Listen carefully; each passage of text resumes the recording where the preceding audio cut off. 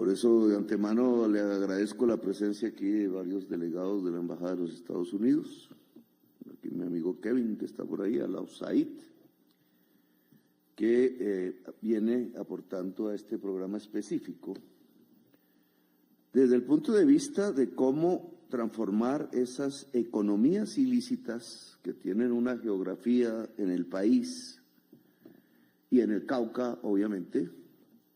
Es una geografía que está determinada por no solamente las condiciones de la vegetación, de la mata, de la hoja de coca, que fue y se descubrió por primera vez por los pueblos indígenas, dicen que los incas, quizás antes, en la selva amazónica, en las selvas, es decir, es una planta amazónica considerada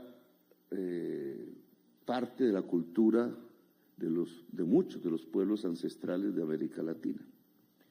Quien la transforma en el alcaloide de la cocaína es básicamente una serie de laboratorios europeos que la utilizan como anestesia hace tiempo. Después era un aditamento de los bailes de los ricos en Europa y después la prohibieron. Esa es la historia de la hoja y de la cocaína. La cocaína es la que nos tiene hoy en el problema, específicamente hablando, porque la prohibición hace que su precio allá donde se consume sea muy elevado y genera una alta rentabilidad. Ese es el punto. La alta rentabilidad de la cocaína versus la baja o ninguna o en rojo rentabilidad de la economía lícita. Por eso un campesino prefiere sembrar hoja de coca que cualquier otra cosa porque no le da plata. La siembra donde se puede cultivar y allí se desarrolla, y ahí el problema para Colombia, el consumo es el problema para los países desarrollados, pero para Colombia sobre todo el desarrollo de organizaciones armadas que cuidan la ilicitud. Por ser ilícita se necesitan armas, así de simple. Si fuera lícita no se necesitan armas, pero como es ilícita no se puede cuidar los tratos comerciales que se derivan de esa actividad, sino a partir de las armas. Y las armas, como todos aquí saben, son muertos. Los muertos los pone Colombia. El consumo, con todo respeto, Estados Unidos y Europa y Rusia y cada vez más Australia, y es probable que esté entrando a la China. Nosotros nos quedamos con el pecado y sin el género, porque las ganancias que derivaban del comercio de la cocaína y que llegaban en buen tamaño a Colombia ya no llegan. Ya no llegan porque los dueños del comercio ilícito, de aquí por el mar hacia los puntos de consumo, le van perteneciendo cada vez más a extranjeros, mexicanos muchos, españoles, albaneses, croatas, franceses, suecos y hasta norteamericanos, que se llevan la ganancia. Esa ganancia ahora está en México, está en Miami, está en Madrid, está en diversos lugares del mundo, está en la banca mundial, pero eso no llega a Argelia, ni al Plateado, ni a Popayán, cada vez en menor proporción. Eso es lo que se llama quedarse con el pecado y sin el género. Porque ¿con qué nos quedamos nosotros?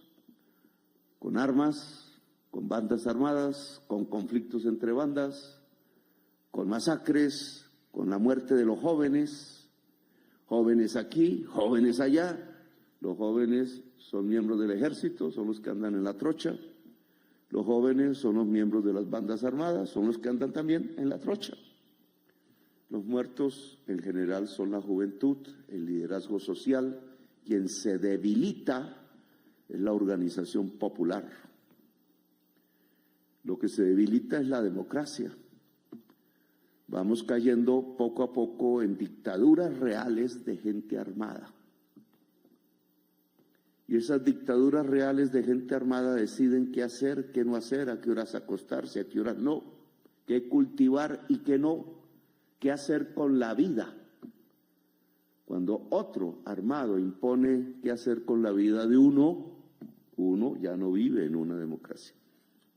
Tenemos dictaduras de facto en la región. Eso ya existía antes, no estoy hablando de nada nuevo, pero eso que existe hoy ya no tiene que ver ni con la política, ni con la revolución, ni con la toma del Estado, ni con un mundo mejor. El que todavía crea eso está soñando. Se usan signos antiguos, símbolos que en algunas regiones generan alguna sensibilidad popular, pero es simplemente un uso, una manipulación.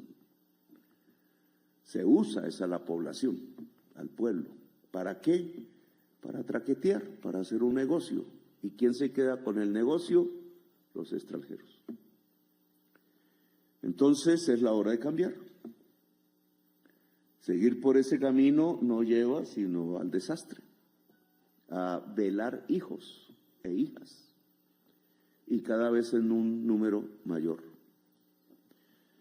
Y yo creo que este esfuerzo que aquí hacemos pues tiene que ver con implementar los mecanismos que permitan ese cambio, no con hablar del asunto, sino con cómo se hace para salir de ahí.